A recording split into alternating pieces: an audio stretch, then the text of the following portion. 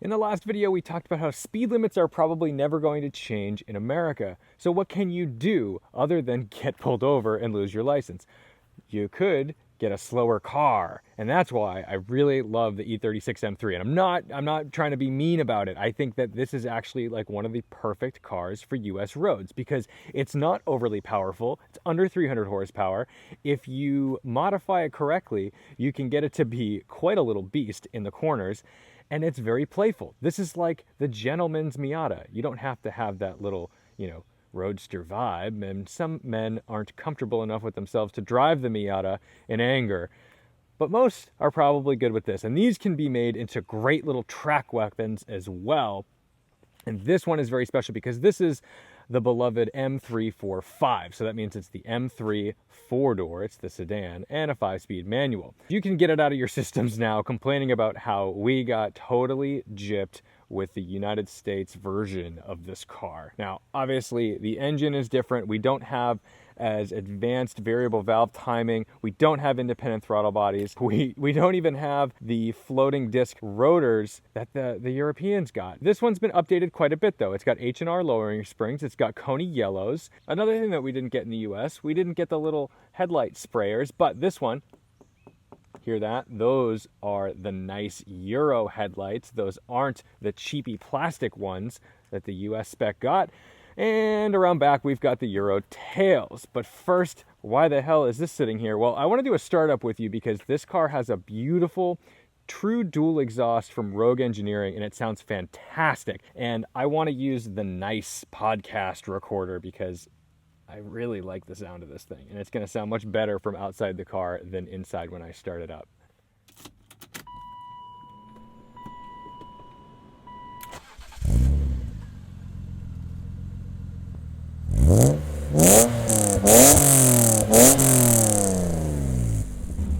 How awesome is that? And that's the great thing about these cars. Yeah, maybe it doesn't have the crazy, more exotic, more potent engine that the Euro cars got, but you can still make them wonderful. And you know what you can do, and what we're gonna do is we're gonna row through 3 full gears, and we're not gonna get arrested for it. At almost 148,000 miles, this thing is holding up really nicely. The back seat in this car, for being by today's standards, this is not a big car. This is a pretty small car. I've got loads of legroom back here. Pardon my style. That's not my strong suit. Oof, that's a good, there you go. That's how you know a car's 22 years old. Another thing to note, a difference from the Euro spec car, the real E36 M3, is that we don't get an oil temp gauge. That would have been really nice. I like to have an oil temp gauge, and I see somebody coming down. Okay, we're good. There's some creaks and squeaks and all that kind of stuff, but overall, this car is really tight because he's gone through the entire suspension, all new bushings, everything's refreshed. So yeah, there's some tired rubber and tired plastic inside that makes some noise, but overall, this thing is a joy. The little squeak in the wheel too. But that's charming, come on. There's definitely something to be said about a car that you can use all of the time. I mean, you can really beat on this thing. You're not gonna win any roll races, that's for sure, but you can make it shout, you can make it do the things it likes to do. You can rev it out to redline. Oh my goodness, that's a good feeling. When I was a kid, my favorite time of year was right after winter, when you'd put the summer wheels and tires back on the car. And at the time, I was driving a little Mark III Golf, and this road right here, once everything cleared, this was the sound I craved, just going up this road.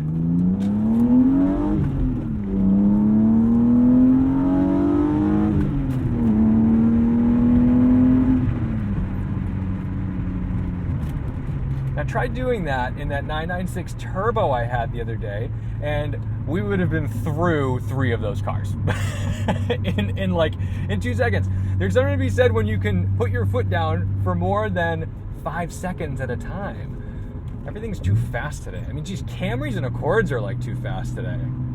So you can joke all you want about slow cars, but no sir, slow cars are fun. Now, this car also has an E36 M3 steering rack. I don't know how different that is. I'd have to drive it back to back with the E36 M3 steering rack.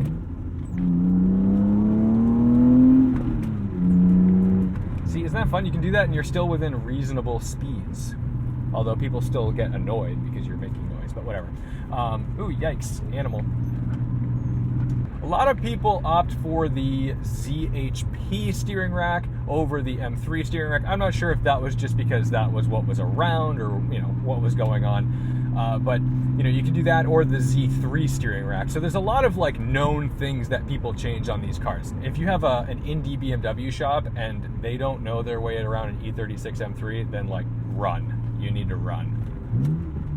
To find a clean one, you either spend big money because you're going to EAG Enthusiast Auto Group and you're getting one that's been like totally vetted and it has 20 or 18,000 miles, you know, something silly like that, and you spend 60, 70 grand on it.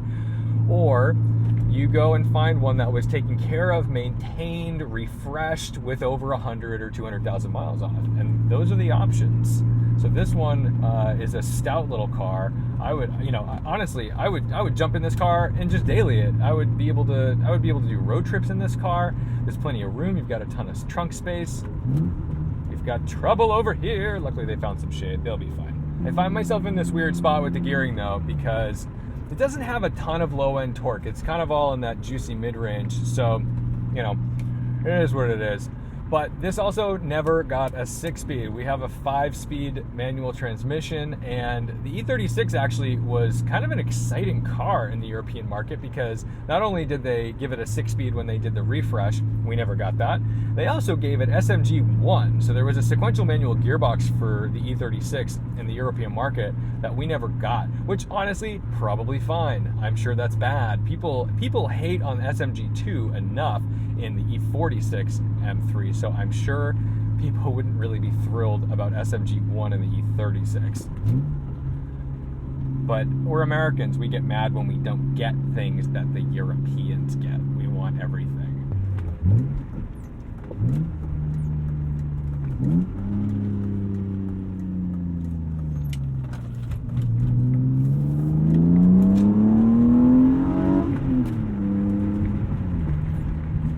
Definitely a driver's car regardless. It's really easy to rev match and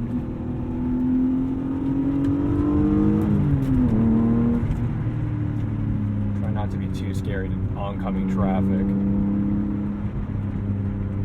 It's funny because the car's so narrow, you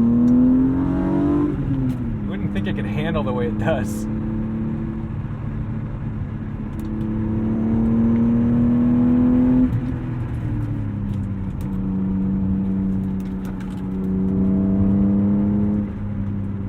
Even if it's the neutered US version, they rip. And yeah, you're not going crazy fast, but that's a good thing. You can do it over and over and over again.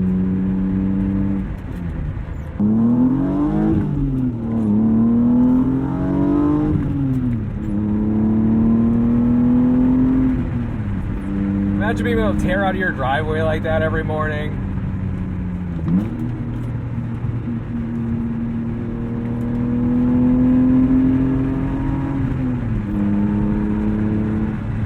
You can't do that in like a modern car. They're too fast. This is so much fun. I can't believe how well this thing handles. It's so happy. What a happy car.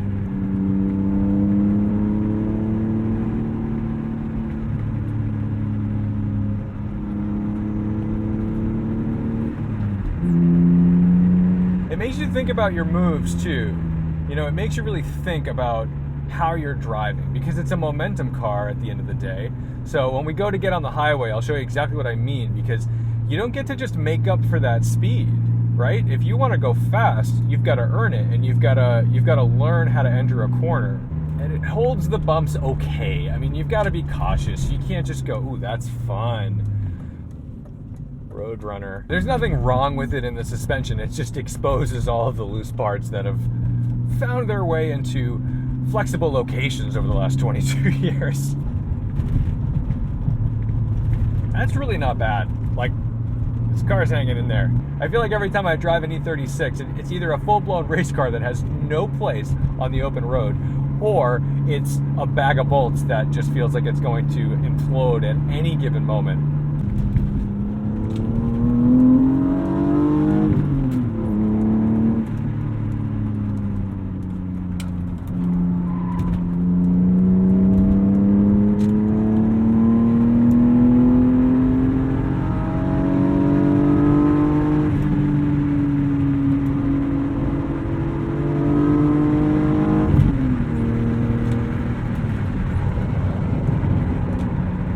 see me take that same on-ramp in the 996 Turbo and compare the speeds wide open in third gear, you get an idea for what this car lacks in torque and power.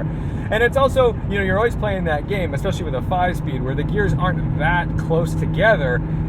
Which gear should I be in? And, you know, I kind of had to enter that in third, which means that I wasn't really at the top of the rev range. So when I got out of the corner, you had to work for it a little bit. You just put your foot down and hope for the best. But it also means you get on power a little earlier.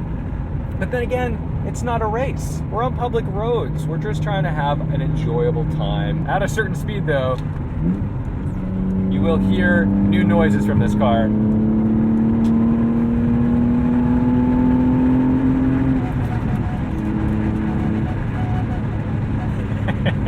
That's a cop. We're gonna tuck in over here. Nice and tight.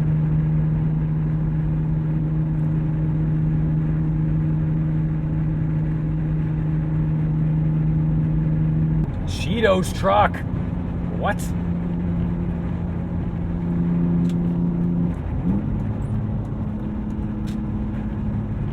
I don't recommend undertaking semi-trucks, but sometimes I do it when I need my exit. And we're gonna catch that guy real fast. Oh God, real fast. Come on, dude.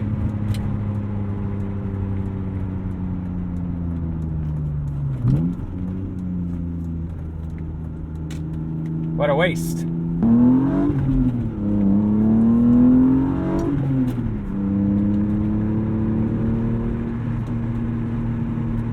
Traffic is the enemy of speed.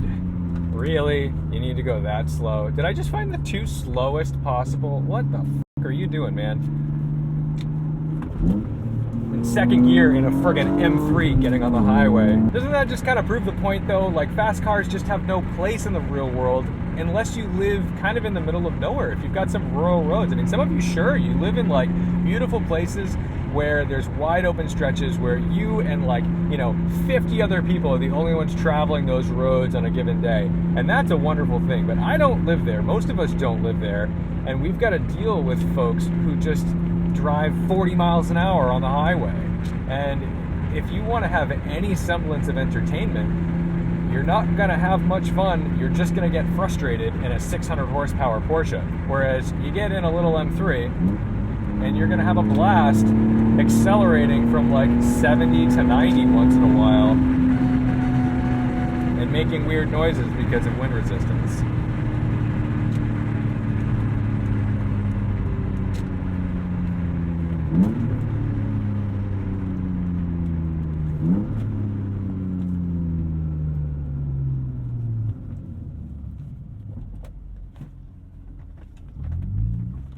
We're gonna wait.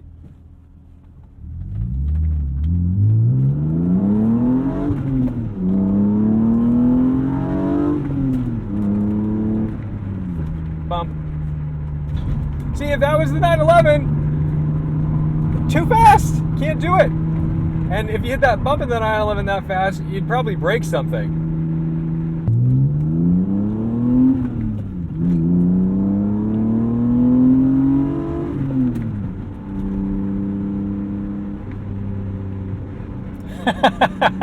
We've got a race to the diesel. I don't know that we'd win. That might have enough torque to beat us. Volkswagen people, man, they are. Volkswagen people and Subaru people are always down for a run.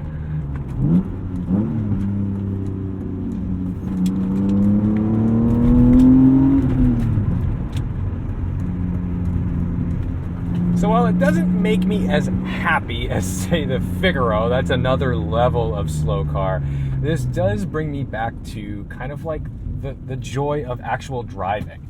This is a driver's car through and through. And the way to think about it, too, is sure, you could start out with something faster, but when you started out in a game like Gran Turismo or Forza, you always start with something slow. You start with something that's really inexpensive, but handles okay, it's a driver's car, and you take your Civic hatch and you learn how to drive it on a track. And I've just pushed this closer to its limits for more time in the last 20 minutes than I have my own car, the E92 M3, for like months. You know, that's a sad thing. Like, what's the point of having a car that's super capable with sticky tires and a bunch of power if you can't even go and use it? Like, kind of lame. So, final conclusions. Number one, I highly recommend you go and buy a slow car. Whether you're somebody who's just learning how to drive and then it's imperative that you buy yourself a slow car, or if you're somebody who's just like, man, I'm not even exploiting my E92 M3. And that's not a particularly fast car either. But if that's you and you want to drive on the limit or like feel a car dance a little more, go get yourself something like an E36 M3, go get yourself a Miata, go get a GT86.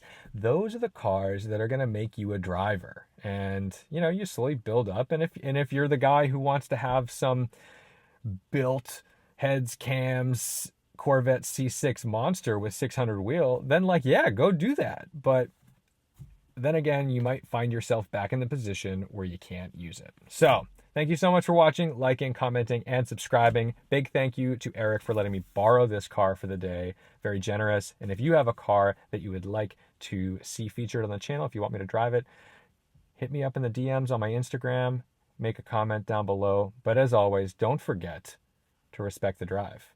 And I'll see you in the next one.